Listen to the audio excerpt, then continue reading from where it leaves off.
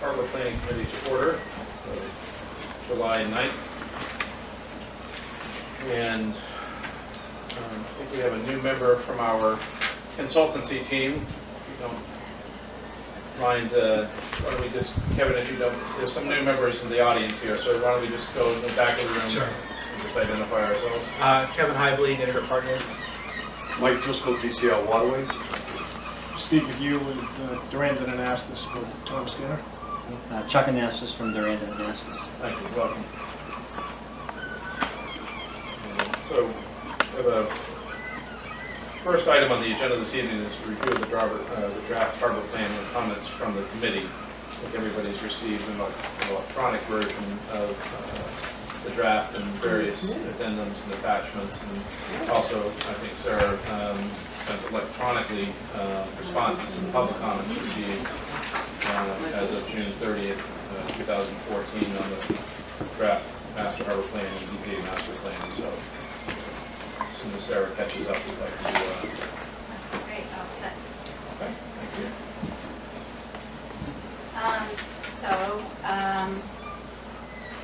The review of the draft harbor plan tonight is, as I sent to the committee, what you see in the harbor plan is what we've developed over the past year with the support of Kevin Hively and Durandon and Astis.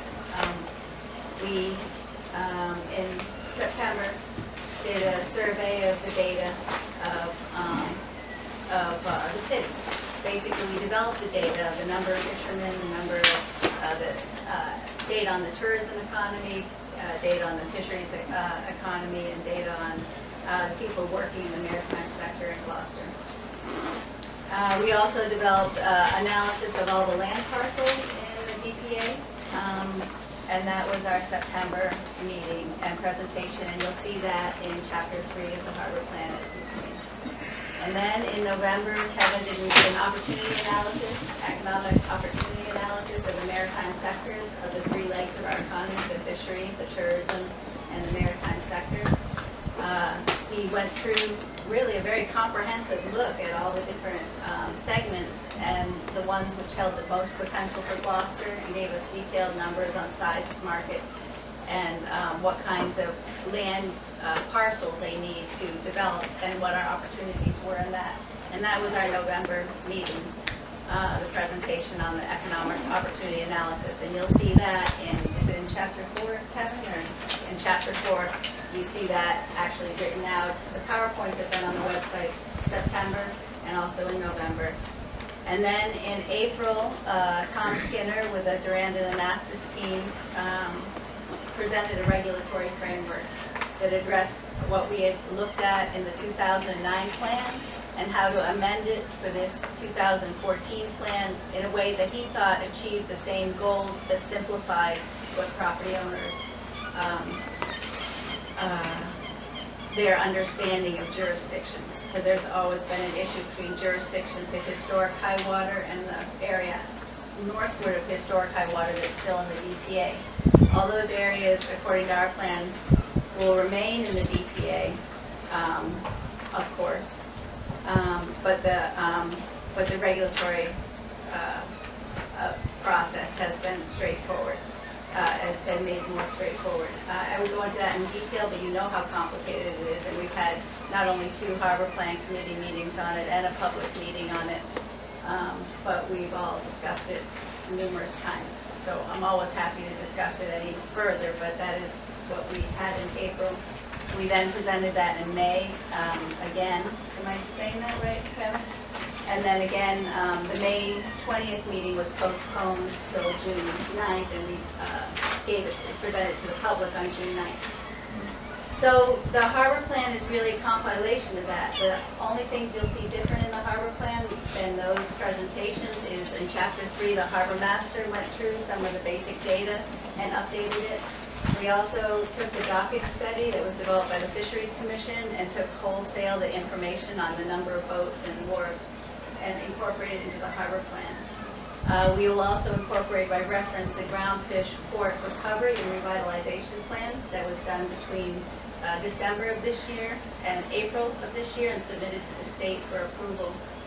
which was as thorough in the city as we could get of an economic analysis for the fishery and a recovery. And that plan at this point, the disaster aid has been several groups. Mark has participated in some of them, as have I, on how the disaster aid is allocated to the fishery. And as that process works out, when that wraps up, we will probably move forward on the next steps for the groundfish port recovery plan.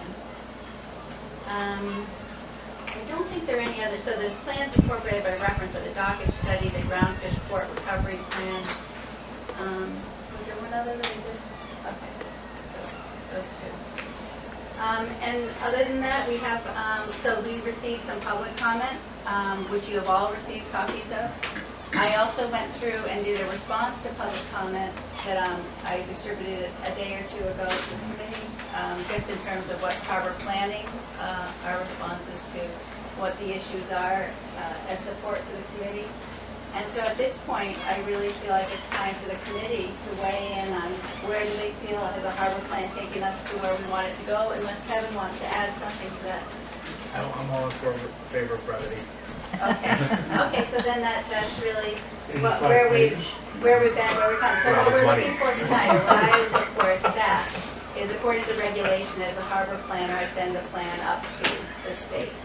And before I do that, I would like to make sure that this committee has been chosen because we have 2 city councilors on our committee. We have the chairman of the planning board. We have representation from the Fisheries Commission and from the Waterways Board. And the first 6 months of our meeting, we didn't even hire a consultant. We just had presentations from each of those boards and committees to make sure that we were paying attention to what was going on in the city and brought up to speed. And other than that, we have property interests, we have real estate expertise, no interest whatsoever. No conflicting interest. Right. Ann Malloy sat on our committee from a fish processing company. And I think that's all. So tonight, what I'm looking for is, I think I would recommend as your staff, as you know, that you if you do not have concerns over the plan, to vote, and I would submit it up to the secretary through the mayor's office, if that's the will of the committee. So I don't know if we want to take it from the first agenda item as far as, comments from the committee on the overall plan. I mean, it's an 82-page document. I mean, again, we've been living and breathing this thing for 18 months, and so hopefully people have had an opportunity to peruse and study and go through what's been finalized. And if there's anything that jumps out at you or strikes you as odd, or where did this come from, we didn't talk about this. I mean, I know, Mike, you started this process trying to figure out what a cap rate was, but,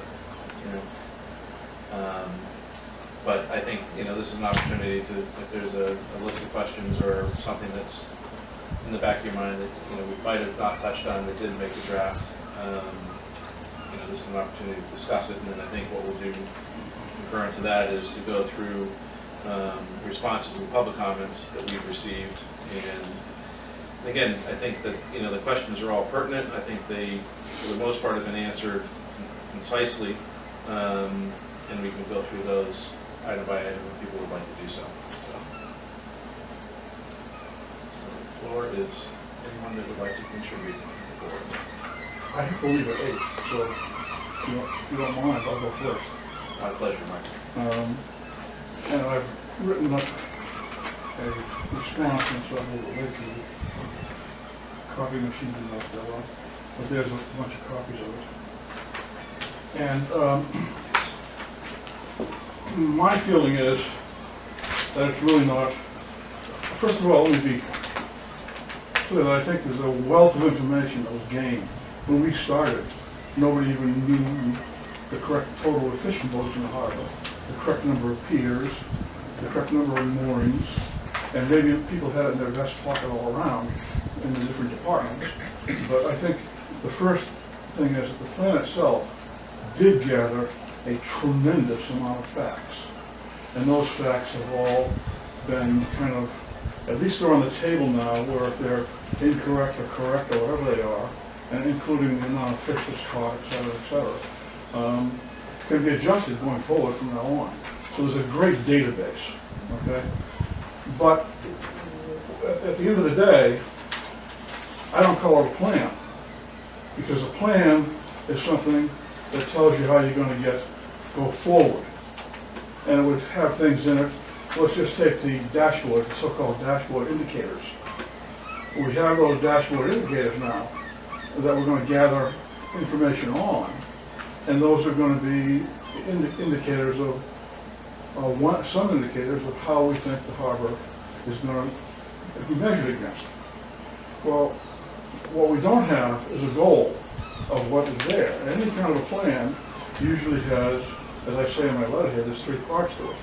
The first part is, where we are now. And we got that down on an 85-page document. We're almost as good as the Magnuson Act is. That was a 1,000-page document that nobody can understand. And ours is almost as close to that. So we do have a lot of good factual information. What we don't have is any vision of where we think the harbor wants to go, except for we want to save the fishing industry and we want to have water dependent and water related uses. But we don't sit down and say, okay, we want to have X number of docks, X number of lineal feet of piers, what our objectives are for the long range plan. And we don't sit down and really look at a more refined vision that has much more opportunities to it that is acceptable to the property owners and the public. I still don't think that there is, and without acceptance of the property owners and the public, you don't have anything. Because it'll just be another 85-page document that gets filed away